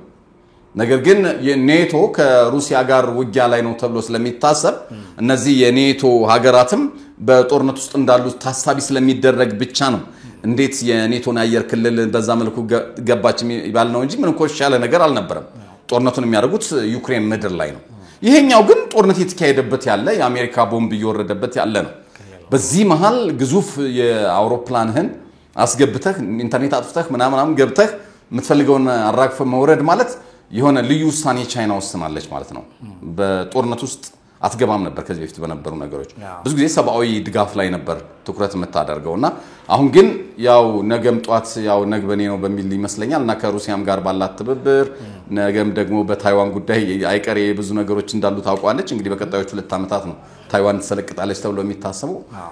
ስለዚህ ካሁኑ ለራሷም ያመቻቸች ያለበትና ነገሮችንም እየሞካከረች ያለበት ሁኔታ እንዳለ የሚያሳይ ነው ስለዚህ እነዚህ ሀገራት ከኢራን ጋር ቀደም ሲል እንዳልነው እንትን ያለበት ሁኔታ ነው ያለው አውሮፓውያን ደግሞ ይሄን እርምጃ ደግፈው የአሜሪካንን ያወጡበት ሁኔታ አለ አንቶኒዮ ጉቴሬዝ የተባበሩ መንግስታት ድርጅት ዋና ጸሐፊን ጨምሮ ልክ አይደለም ብለዋል የካቶሊኩ እንትንም እሳቸውም ይሄ ነገር በጦርነት መቋጨት የሚቻል አይደለም እና ሁሉም ጉዳዩን በሰላም ለመጨረስ ጥረት ማድረግ አለበት የሚል መግለጫን የተሰጠው እንግዲህ ከዚያ በኋላ ከሰዓት በኋላ ሆርሙዝን በተመለከተ ያው በኢራን በኩል ያ መግለጫ ወጣ የአሜሪካን መግለጫ እሱን ተከትሎ ወጣ ነገር ግን ማታ ላይ ደግሞ ሌላ መግለጫ በኢራን በኩል ወጣ እና ዲሞና በእስራኤል በረሃ ላይ የሚገኘው ዲሞና የሚባለው የኑክሌር ተቋም አንዳንዶች እንግዲህ ከዚህ በፊትኛም በምን ግልጽ ያለ ነገር የለም እስራኤል ያው ኑክሌር እንዳላት ይታወቃል እንጂ እሷም ይሄን ያህል አለይ ብላ ተናግራ አታውቅም እና ብዙዎች የሚሉት አንዴ 100 ነው አንዴ 200 ነው 400 የሚያደርሱት አሉ የኑክሌር ቦምቦቿን ቁጥር ለማንኛውም ይሄንን ዲሞና ያለውን ይሄንን የኑክሌር አቅም ዋነኛውን ያለበትን ቦታ እንዲመታ የኢራን ፓርላማ ማታ ላይ እንደገና ወስኗል ከሆርሙዝ ቀጥሎ ማለት ነው ይሄ በጣም አደገኛ ነው ምክንያቱም አደገኛ የሚያደርገው የኢራኑ ኑክሌር ስለመያዝ አለመያዙ አልተረጋገጠም ነበር አንዳንዴ 800 ኪሎ ግራም ነው እጁ ላይ ያለው አንድ ሳምንት ነው የቀራት 9 ቦምቦች ለመታጠቅ ይባላል የሆነ ነገር ይባላል ምናምን እስራኤል ግን 400 ገደማ ታጥቃለች ከተባለ ምን ያህል መሳሪያ እንድታጠቀች ምን ያህል ኑክሌር እንድታጠቀች የሚያሳይ ነው ስለዚህ የእስራኤል የኑክሌር ተቋም ቢመታ አሁን ልክ የኢራን የተመታውን ያህል ቢመታ በምስራቅ በአጠቃላይ መካከለኛው ምስራቅ ላይ ብቻም ሳይሆን ለዓለም ሁሉ በጣም ስጋት ይሆናል በየ ነው እኔ ምፈራውና በጣም አስፈሪ ሆኗል አሁን እሱ ዲሞናን መታለው ማለት ነው ደግሞ ልትመታ ትችላለች ምክንያቱም ብዙዎችን መታለው ያለችውን በሙሉ መታለች ኢራን አሁን ላይ እንግዲህ ስጋት የሚያደርገው ነገር ምንድነው ትናንት ደግሞ ይሄ ከአየር ጥቃቱ ከአሜሪካ የጧቱ ጥቃት በኋላ ከሰዓት በኋላ ማምሻውን የኢራን አየር መከላከያ ተጠጋግኖ ምን ብሎ ምናምን መልሶ ጀምሯል አንዱ የሚጠረጠረው ነገር የቻይና ይሄ ግዙፍ አውሮፕላን ይዞ ገብቷል ተብሎ የሚታሰበው የአየር መከላከያ እነዚህ የተመቱት መጀመሪያ እነሱን አይደለ በድሮን እስራኤል የመታቸው ሞሳድ መጀመሪያው ተነታናችን ላይ አንስተናል ሞሳድ መጀመሪያ ያደረጉት እዛው ኢራን ውስጥ የተሰሩ ድሮኖችን በመጠቀም የአየር መከላከያዎቹን ነው አመድ ያደረጉት ስለዚህ እነሱን መልሶ ይሄ መለዋወጫዎችን እንትን በማድረግ አየር መከላከያውን ወደ ስራ መመለስ ነው አንዱ ነገር ሁለተኛ ደግሞ የተወሰኑ የጦር ጀቶችና ሌሎችንም መለዋወጫ የሚያስፈልጋቸው ነገሮች እንትን ማድረግ ነው ስለዚህ እንደሚመስለኝ አሁን ተጀምሯል ማለት ነው እሱ ነገር ትናንት ወደ ማታ ላይ የአየር መከላከያ እንትናቸው ስርዓታቸው ተመልሷል የኢራኖች ሙሉ በሙሉ ሳይሆን በተወሰነ ደረጃና የጦር ጀት ሁሉ መተው እንደጣሉ የተናገሩበት ሁኔታ ነው ያለው በተቃራኒው ደግሞ በእስራኤል በኩል እንግዲህ ቀደም ብሎ ከሳምንት በፊት አንተናንም የመጀመሪያው ዘገባችን ላይ 20% ማክሸፍ አልቻልንም በሚል የእስራኤል መከላከያ ሚኒስትር መግለጫ ሰጥተው ነበር 20% የሚተኮሱ ጥይቶችን አሁን ያከሸፍናቸው አይደለም የሚል ቆየት ብሎ ደግሞ የዛሬ ሳምንት ሐሙስ ላይ ባደረግነው ውይይት ወደ 35% ኦሬዲ ወደ 40% እየተጠጋ ነው የማይከሽፈው ለምሳሌ 100 ሚሳኤል ቢወነጨፍ ወደ 40 ገደማውን ማክሸፍ አልተቻለም ማለት ነው ይሄ ማለት በጣም ከፍተኛ ቁጥር ነው ብለን ነበር አሁን ግን ከዛም ወርዷል ወደ 50% ወይም ከዛም ወርዷል የእስራኤል አየር መከላከያዎች የመከላከል እንትናቸው የሚል ነገር ወጥቷል እንግዲህ ማክሰኞ ለተራሱ በነበረን እንትን ውይይት ልክ የዛሬ ሳምንት ማለት ነው የአርቲ ራሻን ቱዴይ የሩሲያ የመገናኛ ብዙሃን ነው ትልቁ የመገናኛ ብዙሃን ነውና እነሱ ብዙ ጊዜ የሚያወጡት መረጃ አስተማማኝ ነው ይባላል ያው አጌንስት ቢሆኑም ከነ ዌስተርን ሚዲያ ጋር አጌንስት ቢሆንም ማለት ነውና እነሱ ባወጡት መግለጫት እዚህ ልክ ሆነ ቢበዛ 10 በጣም ቢበዛ 12 ቀን ነው እስራኤል ያላት ይሄ የአይረን ዶም ምናምን ጥይቶች የሚያቆያት እና አሜሪካ ገብታ ጦርነቱን በሙሉ ካልያዘችው በስተቀር መከላከል የማይቻልበት ደረጃ ላይ ይደረሳል ተብሎ ነበር ስለዚህ እንደዛ ካለ አሁን ባለው ሁኔታ በተገለጸው ሁኔታ 8 ቀን ሆኖታል ቢበዛ 10 ወይ 12 ቀን ነው ተብሏል ያለቀ ነው የእስራኤል የአየር መከላከያ ጥይት ያለቀ ነውና ይሄ በራሱ በጣም ከፍተኛ ስጋት ደቅኗል በእስራኤላውያን በኩል ማለት ነው ወደ እስራኤላውያንም ወደ ግሪክ እና መሰል ሀገራት መሰደድ መጀመራቸው ተነግሯል ብዙዎቹ በጣም እንደመረራቸው እየተነገረ ነው ያለው አንድ የአሜሪካ የጦር መኮንን ያወጡትን መግለጫ ይተዋላ ኮሎኔሉ ጡረተኛ ናቸው ኮሎኔሉ እንግዲህ ያው እንደዚህ አይነቱን ነገር ሙሉ ማስረጃ አድርጎ መውሰድ ይከብዳል ነገር ግን እነዚህ የጦር ጄኔራሎች የጦር ኮሎኔሎች አጠቃላይ የጦር መኮንኖች ከደህንነት መስሪያ ቤት አንዳንዶቹ በህግ የተሰጣቸው ስልጣን አለ ይሄ መረጃ ወቅታዊ መረጃን የማግኘት በፕሬዝዳንቱ ካልተከለከሉ በቀር የሚሰጣቸው መብት አለ እና የሲአይኤ ሪፖርት የሚያደርግላቸው አካላት አሉ በተለይ የጦር መኮንኖች የመረጃ ሰዎች ምናምን ጡረታም ቢወጡ መረጃው ይላክላቸዋል የሀገሪቱ ነባራዊ ሁኔታ እና ሰውየው ምናልባት ከመረጃ ሰዎች አግኝተውት ሊሆኑ ይችላል መረጃውን ወይ ደግሞ በሳቸው ግምታዊ ትንታኔ ሊሆን ይችላል እና ሙሉ በሙሉ እኔም ለመውሰድ ተቸግሬያለሁ ግን ደግሞ ችግሮች እንዳሉ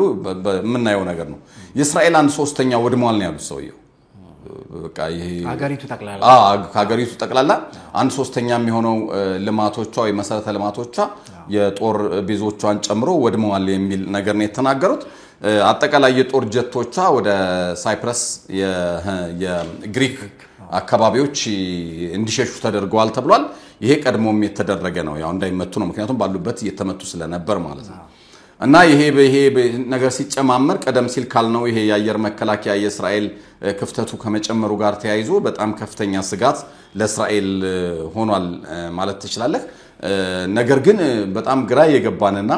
በየቀኑ በቃ ለምን ያስገረመች ያለችው ኢራን በዚህ መሃል ይሄ ሁሉ ቦምብ እየወረደ አዳዲስ መሳሪያ እየሞከረች ነው ያለች ትናንትና የካይበር መካከለኛ ርቀት ባላስቲክ ሚሳኤል ተኩሳ ነበር እና በተሳካ ሁኔታ አጥቅቷል ነው የምትለው እሱ በጣም ከባድ ነገሮችን ሁሉ አድርሷል ይባላል ነው ዓርብ ዕለት የተኮሰችውን አስተዋውሳለን ወደ 26 አረር ባንድ ጊዜ የሚተኩስ ሚሳኤል ነውና ሲሄድ እስራኤል ምድር እስኪገባ ድረስ አንድ ነበር እንትኑ የሚታየው ሚሳኤሉ አንድ ነበር እና እንደ ክላስተር ቦምብ አይነት ነገር አለው የክላስተር ቦምቦች አደገኛነታቸው ምንድነው አንድ ነው ከአውሮፕላን ላይ ሲወረወር በብዛት ከአውሮፕላን ላይ ነው የክላስተር ቦምቦች የሚጣሉትና በመጥል ጊዜ አንድ ነው ሲወርድ ከዛ ልክ መሬት አካባቢ በሚደርስበት ጊዜ የተወሰነ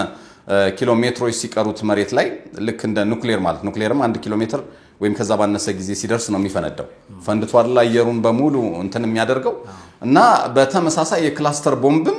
ከመፈንዳቱ በፊት ይበታተናል እና 50 ሊሆን ይችላል 60 ሊሆን ይችላል በውስጡ ያዛቸው ቦምቦች ማለት ነው እና ከነዚህ ውስጥ መጀመሪያ ላይ የሚፈነዳው ወደ 30 እና 40 ከመቶ ነው አሉ ወዲያው እንዳረፈ የሚፈነዳው ከዛ እየቆየ ነው የቆየ በተለያየ ጊዜ ወይ ሰው ሲረግጠው የሆነ ነገር ሲሆን ሲቆይ በራሱም ጊዜ ምናምን እየፈነዳ በጣም ከፍተኛ ችግር ያደርሳል ይሄ ክላስተር ቦምብ ከሁለተኛ ዓለም ጦርነት በኋላ በአለም ላይ ጥቅም ላይ እንዳይውል የተከለከለ መሳሪያ ነው ነገር ግን ያው እንግሊዝ ለዩክሬን ሰጥቷት ዩክሬን ተጠቅመዋለች ከዚያ በኋላ ሩሲያም እኔ ከዚህ የባሰው 10 እጥፍ አለኝ ይጠቀማለሁ ካልበዛ ያሊስ ታስፈራራ ነበርና በጣም አደገኛ የሚባል ነው እንዳልነው ሙሉ በሙሉ ስለማይፈነዳ ከምድር ስር የመቀበር ባህር ያለውና እንደ ፈንጂም ጭምር ይሆናል አደገኛ ነው እሱን ለማጽዳት ራሱ ብዙ አመታት ነው የሚፈጀው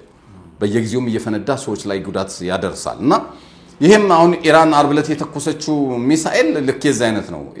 እስራኤል ምድር ሲገባ አንድ ሆኖ ነው የሚታያቸው ስለዚህ አንድ ሚሳኤል ለማክሸፍ ነው የሚተኩሱት ማለት ነው በያን ለዚያ በሚተኩሱበት ግን ላይ መጨረሻ ኢላማው ላይ ሲደርስ 26 ሆኖ ነው ይፈነዳው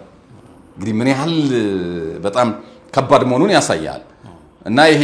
የማወናበድ እንትኗም በጣም ጨምሯል እና መጀመሪያ ሲተኩሱ የነበረው በቃ ከሸፈችው በቀላል ይሄ መጫወቻ ነው ምንም ኢራን ምንም አታመጣ ምናም ሲባል ነበር ተዚህ ልክ ሆነ 100 200 ተተኩሶ አንድ ነው ምናምን ነው ችግር አድርሶ የነበረው አይደል እና የመጀመሪያዎቹ የነበሩን ምናራግፍበት ነው ማለት አሮጌዎቹን ሚሳኤሎች ምናራግፍበት ነበር የመጀመሪያዎቹ ተኩሶች የሚል ነገር ነው ያነሱት ሁለተኛው ደግሞ የሚሳኤሎቻችን የማጥቃት አቅም ምን ያህል ነው የማጥቃት አቅሙ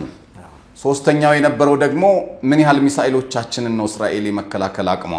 የሚለው ለኩበት አራተኛው ደግሞ በምን ያህሉ ያወናብድናቸው በምን ያህሉ ማጥቃት እንችላለን ማለት እነዚህ ከራላይ ነው መለስተኞቹ ሚሳኤሎችና ድሮኖች አንዳንዶች እየገለጹ ያሉት ድሮኖችና ድሮን መሰል ሁሉ ማይታወቁ ድሮን መሰል ሁሉ ተጠቅማለች ኢራን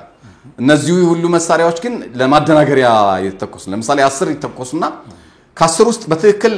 ክሩዝ ሚሳኤሉ አንድ ነው ሊሆን የሚችለው በጣም እንዲያጠቃ ይታለመው ማለት እነዚህ 9 ግን ስራቸው ማወናበድ ነው ገብታው እንዲህ ሲሉ አንተ ተተኩሳለህ እነሱን ለመጣል እነሱን ትላለህ ዋንኛው ክሩዝ ሚሳኤል የተሰጠው ቦታ ሄዶ ያደባያል ማለት ነው አንዱ በዚህ ጊዜ የእስራኤል የአየር መከላከያ ራስ በራሱ የተወጋጋበት የተመታታበት አለ ተተኩሶ መልሶ ዛው ወርዶ የራሱን መሳሪያ ያጠፋበት ያልሆነ ቦታ ላይ የወረደበት አይተኮነ የግለሰብ ቤቶች ጣራ ላይ ሁሉ ገብቶ ሚሳኤሉ ሳይፈነዳም ፈንድቶም የቆይ እንትን ያለበት ሁኔታ አለ ብዙ ነገር ነው መፍጠር የቻሉት ኢራኖችና እኔ በጣም ነው የገረመኝ ልክ እስራኤል የኢራንን አየር እንደተቆጣጠረች ሁሉ ኢራኖችም በሚሳኤሎቻቸው የእስራኤልን አየር ተቆጣጥረው ያየንበት ነው እና የቴክኖሎጂው ጦርነት በምን ያህል ፍጥነት ዓለምን እየተቆጣጠረ መሆኑና ምንም አይነት ግረኛ ሰራዊት ሳታሰልፍ ካለህበት ሆነህ በሚሳኤል አየር ኃይልም ሳታሳትፍ እንግዲህ ምንም አየር ኃይል አንድ የጦር ጄት ሳታስነሳ በሚሳኤል ብቻ የሰውን ሀገር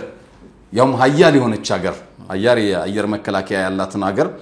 አየር ክልል መቆጣጠር መቻል ማለት በጣም የሚገርም ነው የኢራን ራሱ የቴክኖሎጂ ጉዳዩ በጣም እንግዲህ የኢራንን ጉዳይ እኮ ስናነሳ 40 ዓመት ነው የተዘጋጀው ኢራን በማዕቀብ ምክንያት ላለፉት 40 ዓመታት የምትፈልጋቸው ነገሮች ማግኘት ያልቻለች ሀገር ነች በዛ ልክ ሆኖ እነዚህ ሁሉ ነገሮች መሆኑ በእርግጥ ለዓለም አስደማሚ ነገር ነው ከዚህ ጋር ተያይዞ አሊ ሀሚኒ 3 እጩዎችንም አቅርበዋል ፍርሃት አላቸው ወይ የተባለ ነው እንግዲህ አሁን ፍርሃትም ጥንቃቄም ሊሆን ይችላል ያው ፍርሃትን ያው አይመጣም ተተሽ መጣለን ባሰብሽ ነው ምክንያቱም ምንም የቀራቸው የለም ከሀሚኒ ውጭ አማካሪውን እኮ ቆስሏል በሞትና በህይወት መካከል ነው ያሉት የሀሚኒ አማካሪ እንግዲህ ሀሚኒ አማካሪ አብረዋቸው ነው የሚዞሩት አብረዋቸው ሀሚኒን የሚዞሩት ሰው ተመተው በሞትና በህይወት መካከል ያሉና በማንኛውም ጊዜ መምታት እንችላለን የተባለ በሚባልበት ጊዜ አይ ምንም ያመጡም ብለህ እንትን ልትል አትችልም በነገራችን ላይ የፔስሺኪያን የኢራኑ ፕሬዝዳንት እኮ ትናንት ኢራናውያን በነበራቸው የተቃውሞ ሰልፍ ላይ ጸረ አውሮፓውያን ጸረ አሜሪካ ሰልፍ ላይ ተሳትፈው ነበር ህዝቡ መሃል ነበሩ እና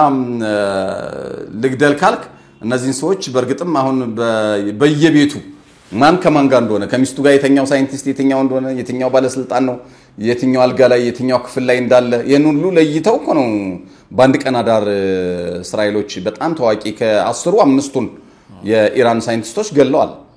ባለፈው ሳምንት አርብም አንድ ተጨማሪ ገለዋል እና የጦር ጄኔራሎች ዋነኛውን አዛዥ ምክትሉን አዛዥ የደህንነት ዋነኛውን የደህንነት ምክትሉን ምናምን ፕሮፓጋንዳ ኃላፊውን ምናምን ባንድ ጊዜ ሲገድሉ ቀጣይ ማን ነው የትኛው ክፍል አሁን ሙሉ ቤቱን እንኳን ሳይወድሙ እነሱን እየለዩ ነው የገደሉት የሚገርመው ነገር ሚስቶቻቸው ጋር ባሎቻቸው ጋር ልጆቻቸው ጋር ነው ያሉት ለምሳሌ ያለና ልጆቻቸው ስለመሞታቸው ምናምን አልሰማንም የጦር ጀነራል እነሱ ናቸው የሞቱት ስለዚህ የትኛው ክፍል ውስጥ እኔና ሶስታችን ተቀምጠን ካሜራማኑ የትኛው ክፍል ነው ያለው ኤዲተሩ የትኛው ክፍል ነው ያለው እሺ ብርሃንና ከየኛው የት ነው ያሉት ኃላፊው ዳይሬክተሩ የት ነው ያለው ምናምን ብለው ለይተው አውቀዋል የትኛው ነው የምንመታው የሚለውንም በዛ ደረጃ ተለይና ላንተ ክፍል ብቻ የሚሆን እንግዲህ ያው የጨረር ሊሆን ይችላል የተለያዩ አሁን በጣም የዘመኑ መሳሪያዎች አሉ ለይተህ የምትመታበት እና በእነሱ መሳሪያዎች ለይተህ ብቻ የምትፈልገውን ሰው ትመታለህ ለምሳሌ አይሱን ምክትል እኮ አዛካሪ ነው ምናምን የሚባለውን ሲከታተሉ ቆዩ መኖሩን አወቁ አረጋገጡ እና ማታ ማታ ሶላት 10 ሰዓት ላይ ያለውን በረንዳ ላይ እንደሚሰግድ አወቁ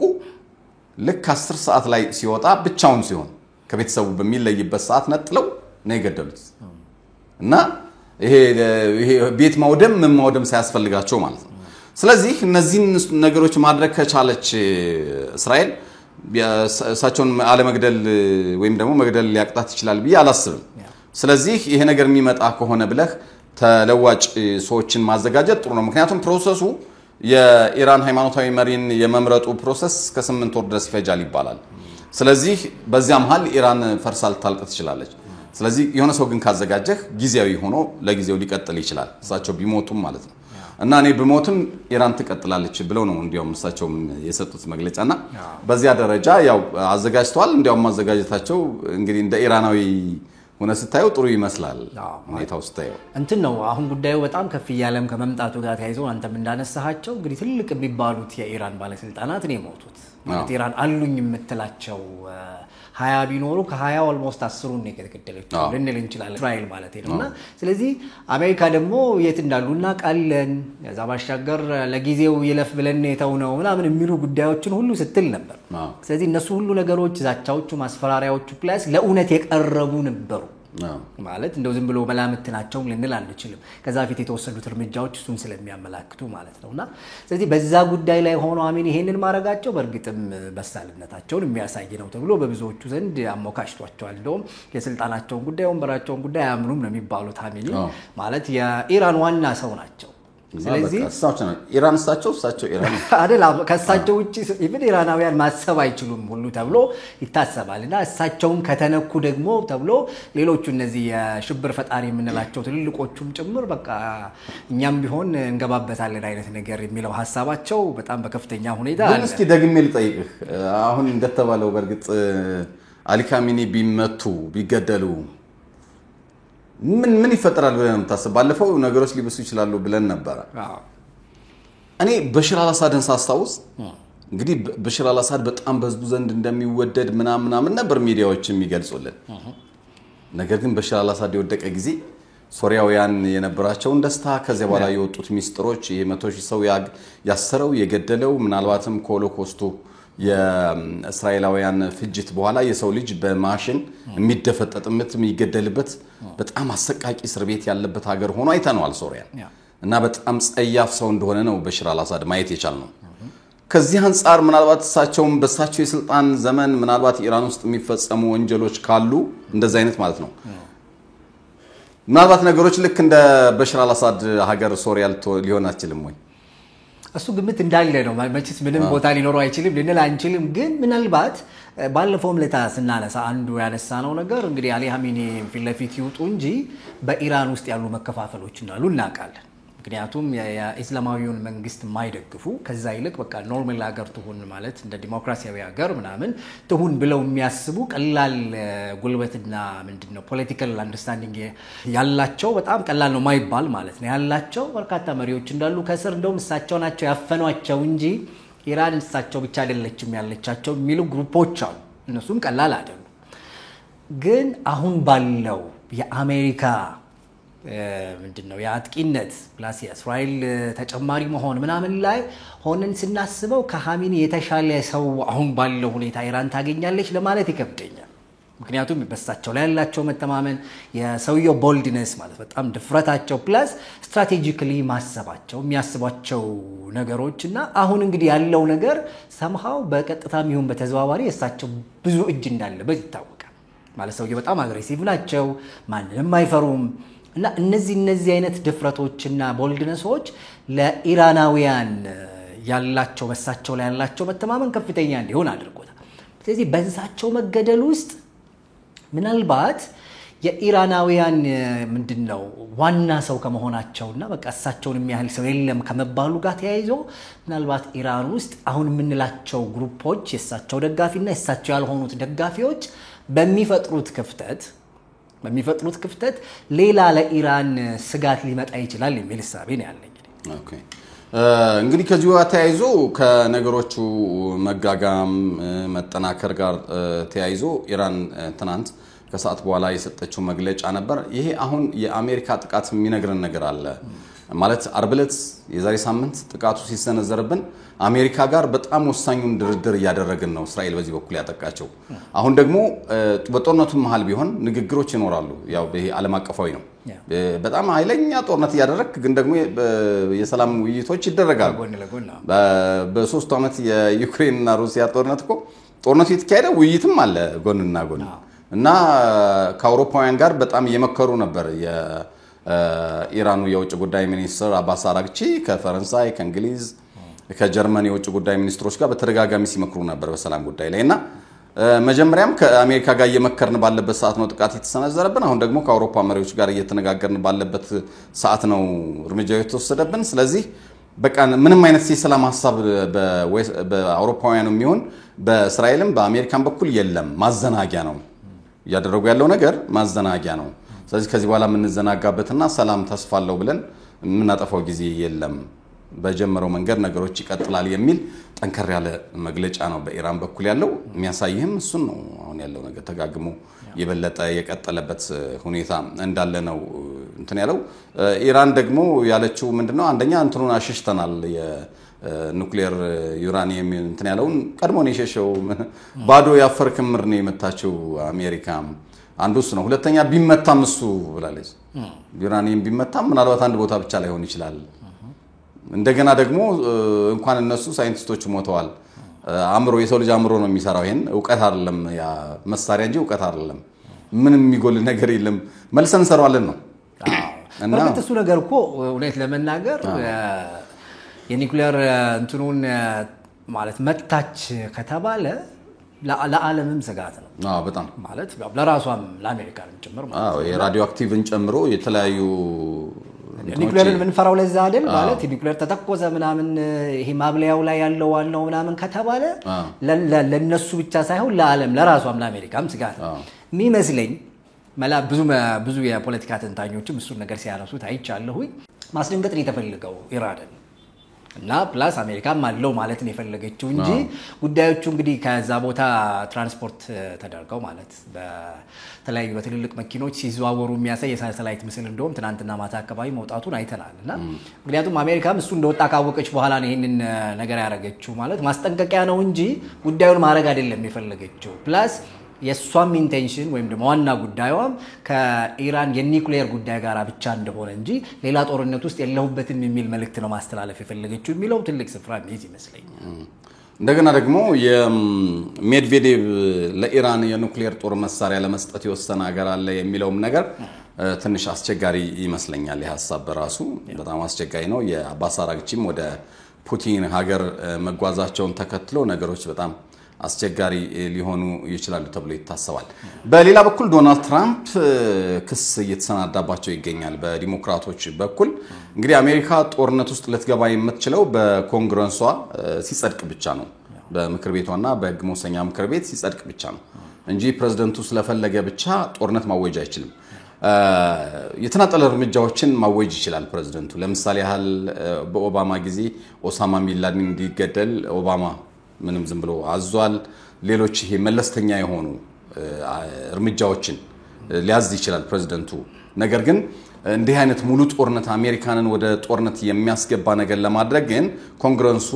ወይም ደግሞ ምክር ቤቱ ማጽደቅ አለበት ይሄን አላደረጉም እሳቸው እንዲያውም ግልጽ ያለ የአሜሪካ አቋም አይታወቅም ነበር ቀደም ሲል እንዳልነው ዋይት ሃውስ ሌላ ነገር ይላል ትራምፕ ሌላ ነገር ይላሉ ዛሬ የሆነ ነገር ይላሉ ነገ ሌላ ነገር ይላሉ በራሳቸው በሪፐብሊካን ታዋቂ ሴናተሮች ሳይቀር ምንም የማይታመን ሰው ነው ትራምፕ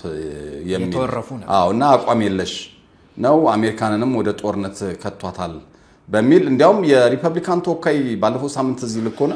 አንድ በጣም ታዋቂ ሴናተር ሴት ነች እና እሳቸው ላይ ክስ እንዲመሰረት ሐሳብ አቅርባ ነበር ራሷ የሪፐብሊካን ተወካይ ነች ማለት አሜሪካንን ወደ ጦርነት ከቷታል በሚል ነው አሁን ደግሞ የመጣባቸው ክስ ያለ ህገ መንግስቱን ይጥሳል የአሜሪካንን ህገ መንግስትና በምክር ቤት መወሰን ያለበትን በግላቸው ሰውየው ያው ቀደም ባለፈው እንዳልነው ነው ያው ምንና ዘመናዊ የልቡን ያረጋል አይነት ሰው ናቸው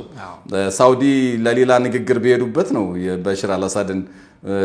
መንግስት አሁን የገለበጠውን በፊት አሸባሪ ተብሎ ሲፈልግ የነበረውን ሰው በቃ አሜሪካ ጥላው የነበረውን ማቀብ አንስታለች አሉት ማለት ምክር ቤቱ ተወያይቶ ሳያጸድቅ ምን ሳይል ሳይመክርበት ምናምን በግላቸው ነው እንደዛ ያሉትና አሜሪካንን ለዚያ እኮ ነው አሁን ባለፈው ሳምንት የአሜሪካ ህዝብ ንጉስ አይፈልግም በሚል ዓለም አቀፍ በጣም በመላው አሜሪካ ተቃውሞ የነበረው ሰውየው እንደ ፕሬዝዳንት ሳይሆን እንደ ንጉስ ነው ያደረገው ያለው ዶናልድ ትራምፕ አምባገነን ነው ፈላጭ ቆራጭ ሆኗል እንደገና ደግሞ የመረጡትን ሪፐብሊካን የመንግስት ሰራተኞች ሳይቀር አብዛኞቹን በመቶ ሺዎች አባሯል በመገራስ ላይ እኛን ትንሽ የሚመለከተን ኢትዮጵያውያን ለምሳሌ አንዱ ቪኦኤ ነበር እንግዲህ አንዱ እዚህ ከሚሰራጩ ነፃ ሚዲያ ተብለው ከሚታሰቡት መካከል እና በቀላል የማይባሉ ኢትዮጵያውያንም እዛ ስራ ተፈጥሮላቸዋል ቪኦኤ ውስጥና በመቶ የሚቆጠሩ የቪኦኤ ሰራተኞች ተባረዋል ከትናንት በስቲያ እና የትራምፕ መምጣት ብዙ ያልታሰቡ ሰዎችን አፈናቅሏል ይሄ ሞርጌጅ የሚባለው ይሄ ከቤት ኪራይ ምናምን እዳጋ ምናምን ተያይዞም ብዙዎች ለከፋ ነገር ተዳርገዋል እና በዚህ ምክንያት በጣም ከፍተኛ ምሬትና ተቃውሞ በትራምፕ ላይ አለ ስለዚህ የበቀደሙም ሰልፍ እሱን እንደ ንጉስ እንጂ የሚያደርገው እንደ አሜሪካ ከዚህ በፊት እንደመጣችበት ዲሞክራሲያዊ መንግስት አይደለም ሰውየው ያደረገ እንደዚህ አይነቱም ደግሞ አንፈልግም የሚል ተቃውሞ ሰልፍ ነበር የተደረገበትና አሁንም ሁለት አይነት ክሶች ይጠብቁታል ከራሱ ከሪፐብሊካንና ከዲሞክራቶች ተብሎ ነው የሚነገረው ምናልባት እንግዲህ ቀጣዮቹ ቀናት ውስጥ ክስ የሚመሰረት ከሆነ ከፍርድ ቤቶችም ጋር ሰጠገባ ውስጥ ያለ ሰው ነው ዶናልድ ትራምፕ በነገራችን ላይ ከዚህ ስደተኞች ጋር ተያይዞ የሚያወጣቸውን የተለያዩ እንትኖች የተለያዩ ያግዱበት ነበር USAIDን በተመለከተም ታግዶበት ነበር VOAን በተመለከተም ታግዷል እኮ VOAን እኮ ማፍረስ አትችልም ተብሎ ነበር ነገር ግን በጀት እንዳይበጀትለት ካረገ ኢንዳይሬክት ይፈርሳል አንዱ ሊያረግ ይችላል ተብሎ የሚታሰበው እሱ ነበር በቃ ጥሩ ፍርድ ቤት ያግድ አታፈርሰውም ብሎ በእንትን ደረጃ በህግ ደረጃ ማለት ይሄ ተቋም ፈርሷል አልፈረሰም የሚለውን በህግ ደረጃ ልጽፈው ትችላል በተቋም ደረጃ ደሞዝ ግን ካለቀክለት ለካፒታልና ለእንትን በጀት የሚሆነው ይቆማል ማለት ነው በራሱ ጊዜ እንደዛ ነው ያደረገው እሱ ደሞዝ በጀት እንዳይያዝለት አደረገ አሁን በመቶ የሚቆጠሩ የቪኦኤ ሰራተኞች ተበትነዋል ነው የሚባለው እና ከፍርድ ቤቶችም ጋር ከፍተኛ የሆነ ጸብ ውስጥ አሁንም አለ ዶናልድ ትራምፕ እና ነገሮች እንደዛ ሆነው በሀገሩ ዘንድ የቀጠሉበት ሁኔታ ነው ያለው ምናልባት የአሜሪካ ህዝብ ምን ይላል ስለ ጦርነቱ በሚል የተደረጉ ጥናቶች እስካሁን ሲወጡ አላየንም በሚዲያዎችና የህዝቡ ኢንተረስት ምንድነው የሚለውን እንግዲህ ወደፊት በቀጣዮች ቀናት ምናልባት በተለይም ከቦምብ መጣሉ ጋር ተያይዞ ሚዲያዎች ናቸው ብዙ ጊዜ የሚሰሩት እንደዚህ አይነት ጥናት አንዳንዶች ደግሞ የዓለም አቀፍ ጥናቶች እነዚህ ፖለቲካ ላይ የሚያጠኑ ሊሆን ይችላሉ ስትራቴጂክ ነገሮች ላይ የሚያጠኑ ሊሆን ይችላሉ የሚያወጧቸው እንትኖች አሉና ምናልባት እነሱ ካወጡት ያኔ እንመለስበታለን እና ለጊዜው ግን ነገሮች በዚህ መልኩ ከራሱም ህዝብ ጋር ተያይዞ የቀጠለበት ሁኔታ ነው ያለው እንግዲህ ይህ ባለበት ሁኔታ ነው አሜሪካ ላስት ታይም አሁን ላይ ያወጣችው በመላው ዓለም የሚገኙ አሜሪካውያን በያሉበት ከፍተኛ ጥንቃቄ እንዲያደርጉ የሚል መግለጫ የተሰጠው ለምን ይመስላል ስጋቱ እንዳለ ነው እንግዲህ የጠላትነት ሁሉ ጊዜም ነገሮች ሲኖሩ መንግስታት እንደዚህ አይነት ተቋሞች ያነሳሉ በተለይ ጦርነቱ ሲሆኑ ባሉበት ሀገር ከዛ ተቃራኒ ሆኑት የዛ ሀገር ዜጎች ናቸው የሚለውን ታሳቢ አድርገው ጥቃት ሊፈጸምባቸው ይችላል ተብሎ ይታሰባል ስለዚህ እሱ መሰረታዊ ሐሳብ ይመስለኛል ኤምባሲዎችን መዝጋት ይኖራሉ ዜጎች በተለያዩ ሀገራት ላይ ጥንቃቄ እንዲያደርጉ ይነገራል በተለይ ደግሞ አረብ ሀገራት ላይ ስጋት ሊኖር ይችላል በተናጠል ዜጎች ላይ የተለያዩ ነገሮች ሊደረጉ ይችላል ከዚህ በፊትም ሲደረጉ ነበር እና በጣም ከፍተኛ ስጋት በዜጎቿ ላይ ስላደረባት አሜሪካ በመላው ዓለም የሚገኙ አሜሪካውያን ከፍተኛ ጥንቃቄ እንዲያደርጉ አሁን መጨረሻ ላይ ተነገረበት ነው ያለው እንግዲህ ዶናልድ ትራምፕ ያው ጨረሲል አይወድም እንግዲህ ሰውየው መረሳት አይፈልግም ጨረሲል አይወድም የኖቤል ሽልማት ይፈልጋል በቃ ጀግና መባል ይፈልጋል መፈራት ይፈልጋል መከበር ይፈልጋል እና ስልጣኑን የአሜሪካ ህዝብ ስልጣን ሳይሆን የሱ የግል ክብር መሰብሰቢያ ለማድረግም የሚፈልግ ሰው ነው እንግዲህ በዚህ በግብጽና በኢትዮጵያ መካከል ያኔ በመጀመሪያው ስልጣን ዘመኑ ያለውን ነገር አንረሳመችም ማለት ግብጽ እኮ ልታፈነዳው ትችላለች በቦምብ ነው ያለን አይደል በጣም መጥፎ ነገር ነበረው ለኢትዮጵያ ደባሪ ነው እሱ እንግዲህ ግብጽን የሚደግፍበት ምክንያት ከእስራኤል ጋር ተያይዞ ግብጽ የእስራኤል ደጋፊ እንድትሆን ባለ ቁማር ነበር አሁን ላይ ሁለቱ ያው እስራኤልና ግብጽ ስለተጣሉ እንዲያውም እስራኤል አሁን ለኢትዮጵያ ነው ኢቭን ቀይ ባህር ላይ ኢትዮጵያ ወደብ እንዲኖራት እንደግፋለን ምናምን ያለችው እና ጸቡም ምኑም ስላለም እና ያኔ ግን ከነዛ ጎን ቆሞ ብዙ ኢትዮጵያውያንን እንዴት ሲያሳዝን ሲያናድ እንደነበረ እናስታውሳለን የዛሬ 6 ዓመት 7 ዓመት አሁን ህዳሴውን ግድብ አይደለም በቦምብ ልትመታው ቀርቶ ግብጽና ሱዳን በየቀኑ ቁጭ ብለው ዱዓ ሲያደርጉ ነው የሚያድሩት ይሄንን ህዳሴ ግድብ በሰላም ያሳድርልን ይያሉ ምክንያቱም እንኳን ነክተውት አንድ ነገር እንኳን በተፈጥሮ ጉዳት ቢደርስ ካይሮንም ሱዳንንም ጠራርጎ ነው የሚወስዳቸው ራሱ ኑክሌር ሆኗል አሁን የያዘው ውሃ የሚያጠፋ ሀገር የሚያጠፋ ነው እነሱን ነው ወደ እነሱ ነው እንትኑ እነሱን ነው የሚያጠፋቸው ስለዚህ ይሄንን ህዳሴውን ግድብ ደህንነት መጠበቅ የነሱ ስራ ነው እንዲያውም ከኢትዮጵያ በላይ የሚሆነው ስለዚህ አልፏል ያ እንደዛ እንትን የሚባልበት ጊዜ ግን ያደረገውን ነገር አንረሳም ያኔ ደግሞ በጉልበት የኔን ሐሳብ ለምን አልተቀበላችሁም ግድቡንም ለምን አታቆሙም ግንባታ ምናምን ብሎ ግብጽ ያን እንድታደርግ ከማስፈራራት ባለፈ $100 ሚሊዮን በወቅቱ ተዚህ ልኮነ ይዞ ነበር በቀጥታ ለህዳሴው ግድብ የሚሰጥ ብድር በነገራችን ላይ የለም እንግዲህ በሚስጥር ካለ አናውቅምኛ ግን በፍጹም የለም አሁን እኮ ከባዱ ነገር አሜሪካ የህዳሴው ግድብ እንዲገነባ ብር ሰጥታለች ደግፈናል ማለት ምን ማለት ነው ሰውየው ያው ለምሳሌ አሁን ዶናልድ ትራምፕ እንደመጣለት ዝም ብሎ የሚናገር ሰው ነው ለምሳሌ ሺ ጂንፒንግን በዚህ በኢኮኖሚ ጦርነት ውስጥ ደውሎልኛል ቆይታ ያላቸውን በቀናት ውስጥ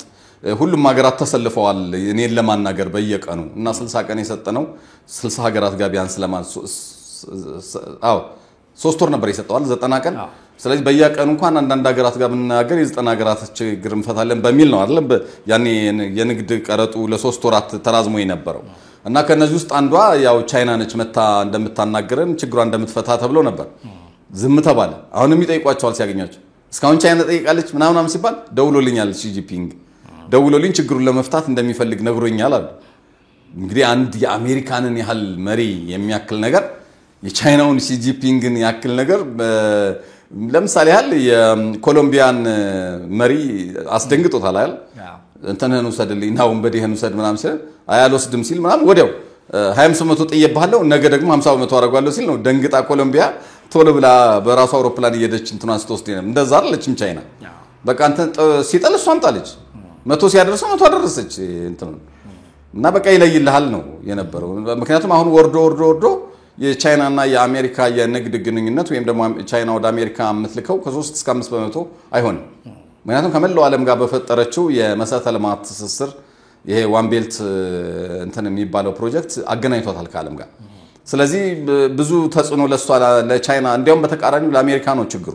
በተለይ እነዚህ ቺፕሶች ማምረቻ የተለያዩ ሃይፐርሶኒክ እና ለዚህ ለሳተላይት የሚሆኑ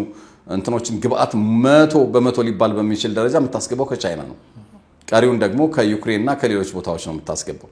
ስለዚህ ምንም ቻይናን የሚጎዳ ነገር ያው የንግድ መጠናቸው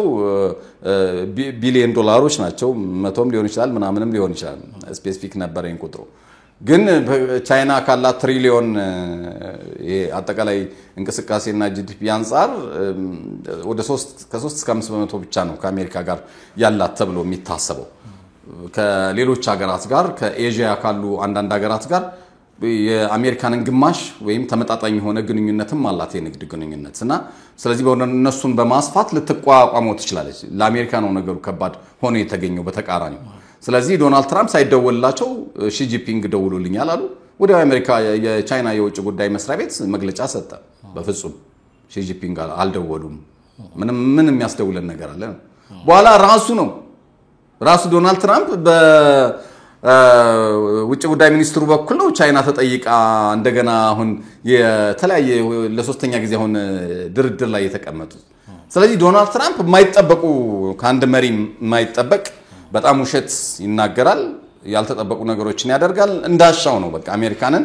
የግል ኪሱ አድርጓታል እና በኢትዮጵያም ጉዳይ ላይ የተናገረው ነገር እኔ ዝም ብሎ በቃ ልክ ስለ ቻይና እንደተናገረው ነው ብዬ ነው ማስበው እንጂ ኢትዮጵያ በከየትኛውም ዓለም አቀፍ ተቋም ይሁን ከየትኛውም ሀገር 5 ሳንቲም ስለመቀበሏ በህዳሴው ግድብ አናውቅ በኢትዮጵያውያን ላብ ነው እንዲያውም እኮ ጠቅላይ ሚኒስትር ዶክተር አብይ አህመድ ተዚህ ልኮነ የዛሬ ዓመት አካባቢ ለፓርላማ ባቀረቡት ሪፖርት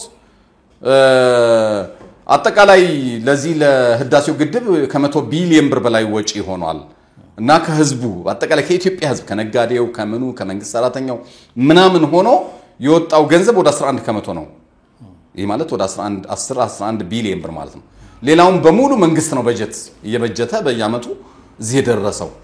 እንጂ በህዝብ መዋጮ እንኳን 10% ነው መሸፈን የተቻለው እንኳን የሌላ ሀገር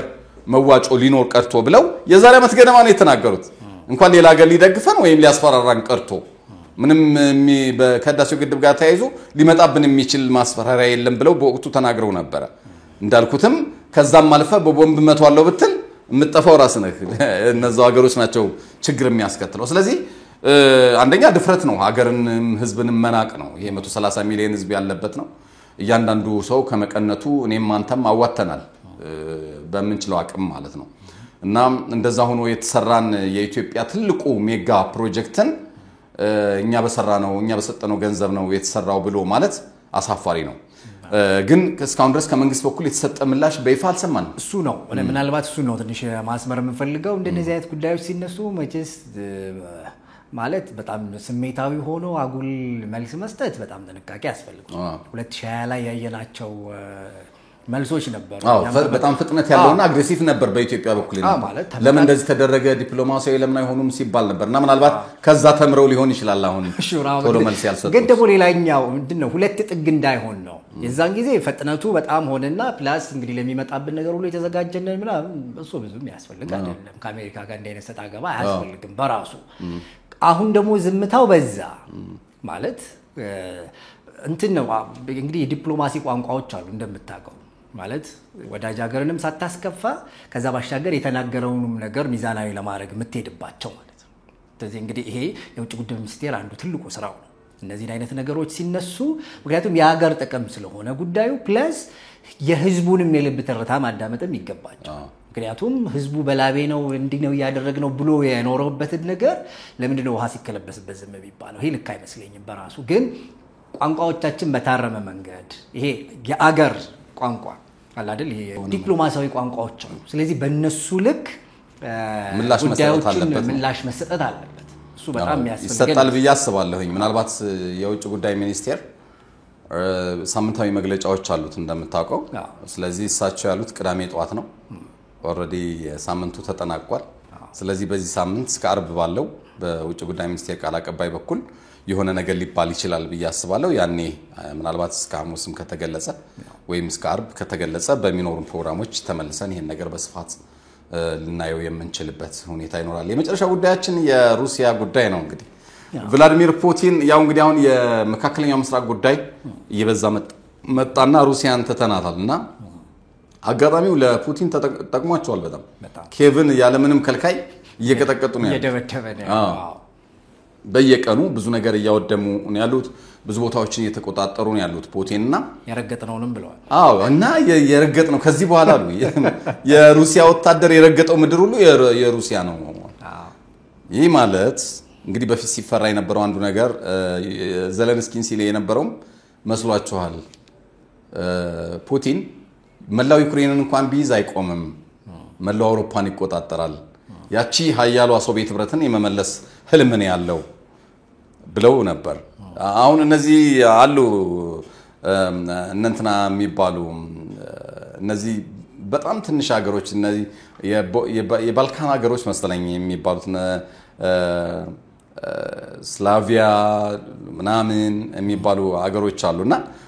ወደ 5-6 ሀገራት በጣም ለሩሲያ ከፍተኛ የሆነ ጥላቻ ነው ያላቸው ነገር ግን የቀድሞ የሶቪየት ግዛት የነበሩ ሀገራት ናቸውና እነሱ ሀገራት እንዲያውም በፍጥነት መጠቅለል እንትን ሊኖር ይችላል ተብሎ ይታሰባል አሁን ቤላሩስ ኦሬዲ የራሻ አንዷ ግዛት ናት ማለት ትችላለህ